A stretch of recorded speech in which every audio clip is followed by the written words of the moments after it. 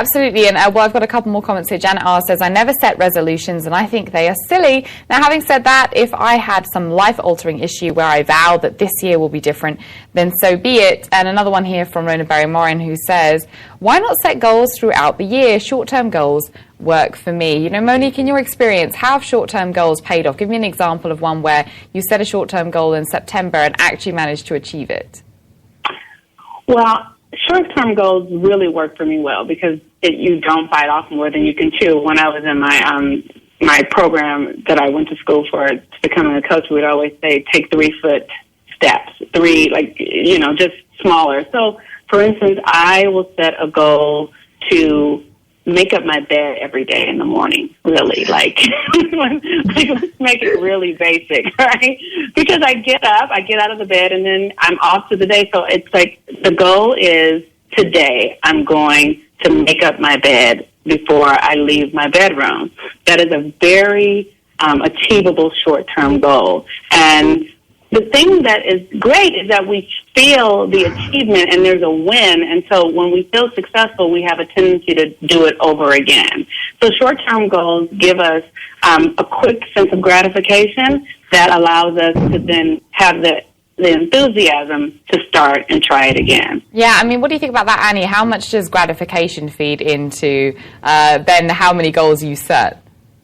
Oh, it's huge. I think part of it, if you want to feel successful and feel that you can handle on, taking on more goals and more resolutions, you have to make some that are achievable. Obviously, I know myself well enough to know that, like I said, I'm not going to take a risk as big as jet set across the country overnight, something like that. But if I give myself reasonable goals and also larger ones to get to, I know that I'll be able to reach both of them.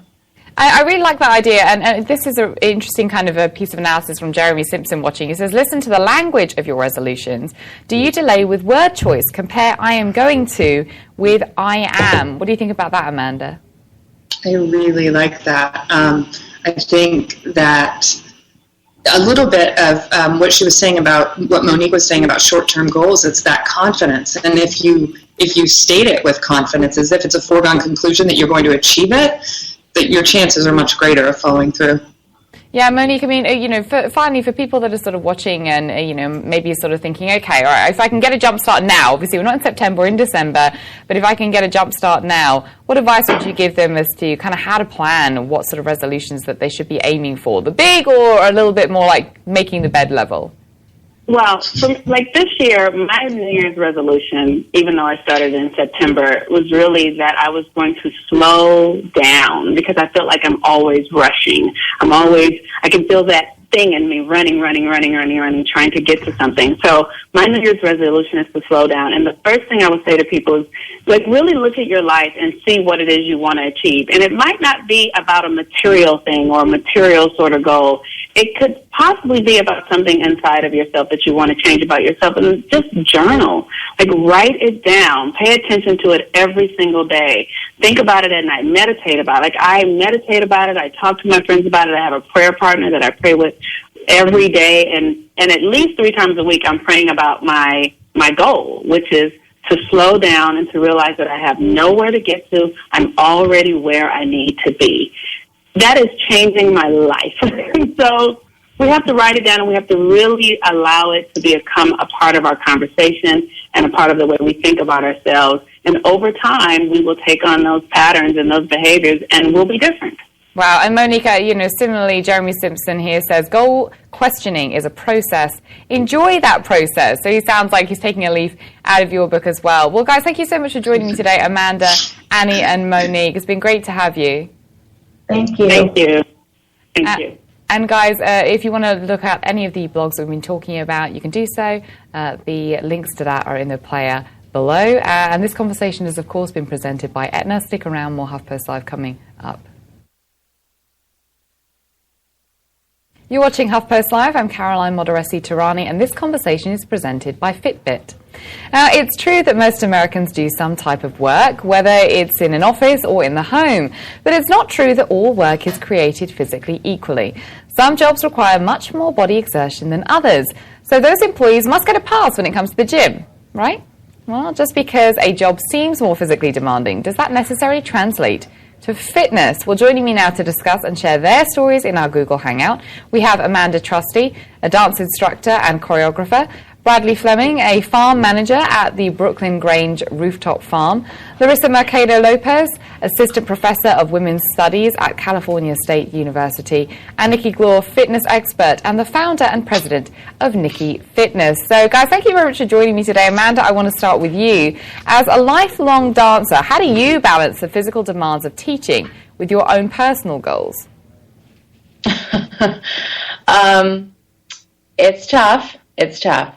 I teach in the evenings, so because I'm in Hawaii, I try to get up before the sun kills the pavement, and I go for walks, because otherwise, if I hit the gym before I go teach, I am absolutely...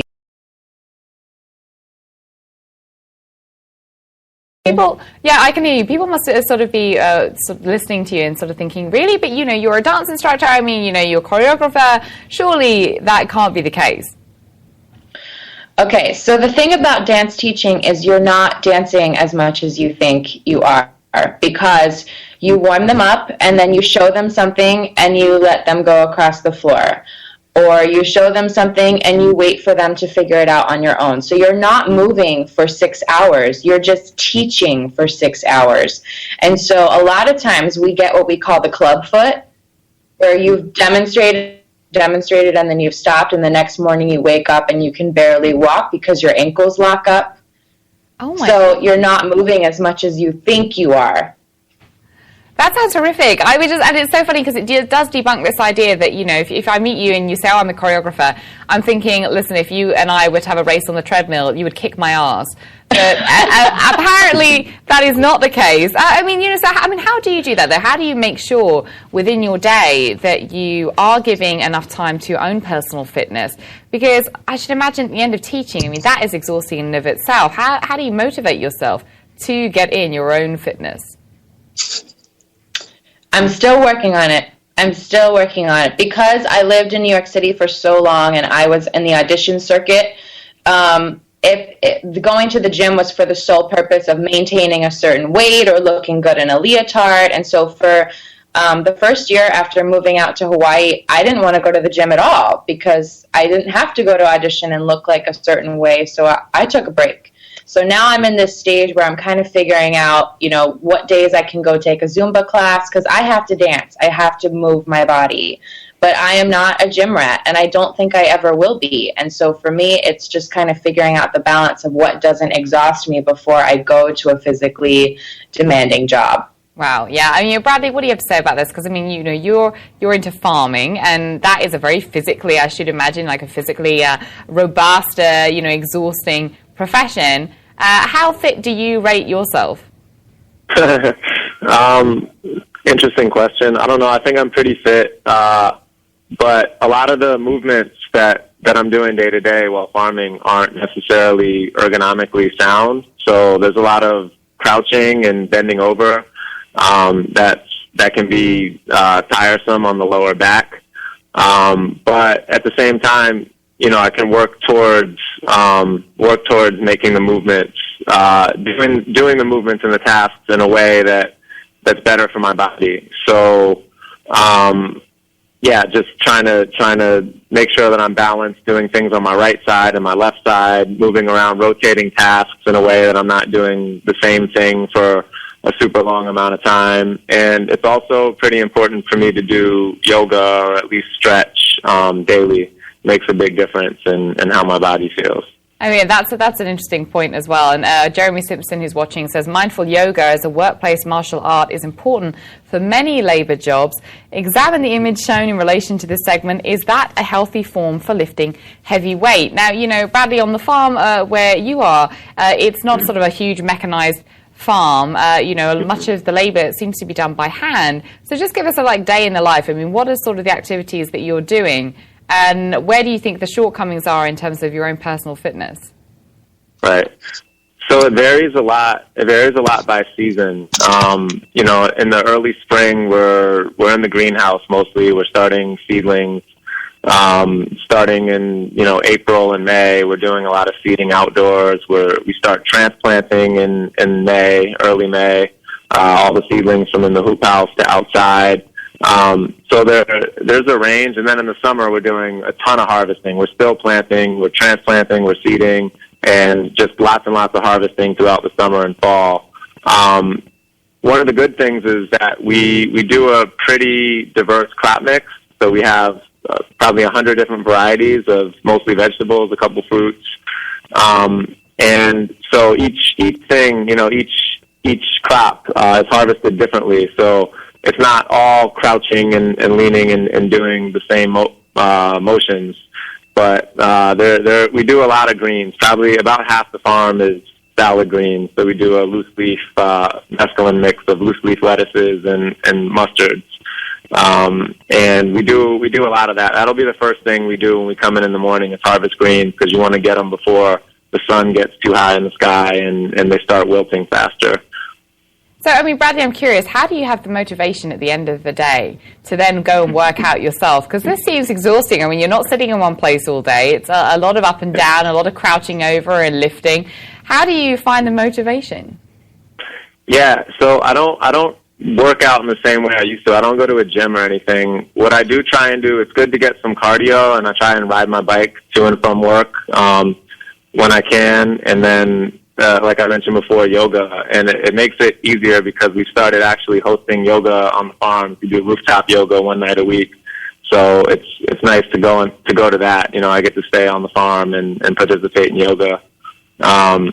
So yeah, the motivation is just it's nice. It's right when the day's over, and I want to be involved. It's a farm activity. It's a community thing.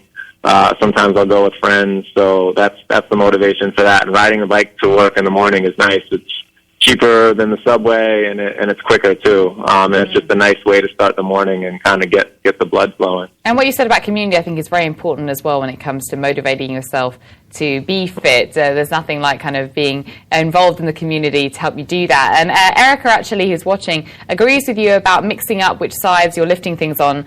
She says, I take the stairs wherever possible and alternate sitting and standing at my desk every 20 minutes or so. Larissa, I want to bring you in because you wrote a great piece about fitness called When a Job is a Job and Not a Workout, the Paradox of Physical Labor as Exercise. So you talked to me personally about your own father's conundrum. He does incredibly taxing work, but his doctor is telling him to get more exercise. How's that? Right. Well, that's both my father and my father-in-law, and they both kind of have different attitudes toward exercise. My dad is a little bit, he's pretty health conscious and has always been very active and encourages us to be active, while my father-in-law is pretty averse to formal exercise. They both do similar types of work. They've been in construction work. My father's an electrician. My father-in-law has been an industrial painter for the past 30 years, and they both continue to do that work. And so, as a daughter, I would see my father come in every day, with heavy work boots. They were often caked in mud, and he'd come in and just kind of throw himself into the recliner, and we knew that, that was his time to relax and to re-energize. And then he tried to summon up the energy to go outside and play with us and throw around the softball or play basketball with us. And so it was very, very hard on him. And not only that, but he was also dealing with extreme heat and humidity in Texas. And in addition to that, dealing with high turnover rates and short turnarounds. And so you also had kind of the politics of the job factoring into that chronic stress that he experienced physically. Sure. And talk to us a little bit. Obviously you're mentioning your father, your father-in-law. We're talking about the male gender specifically. I know you're a professor of women's studies as well. How does society, how does sort of gender ideas and stereotypes inform as well what we think of as fitness? Right. Well, they're kind of different approaches or different ways in which fitness is shaped for men and for women. With women, it tends to have kind of a more a more kind of sexual form, and so the fit body looks, very hegemonically feminine and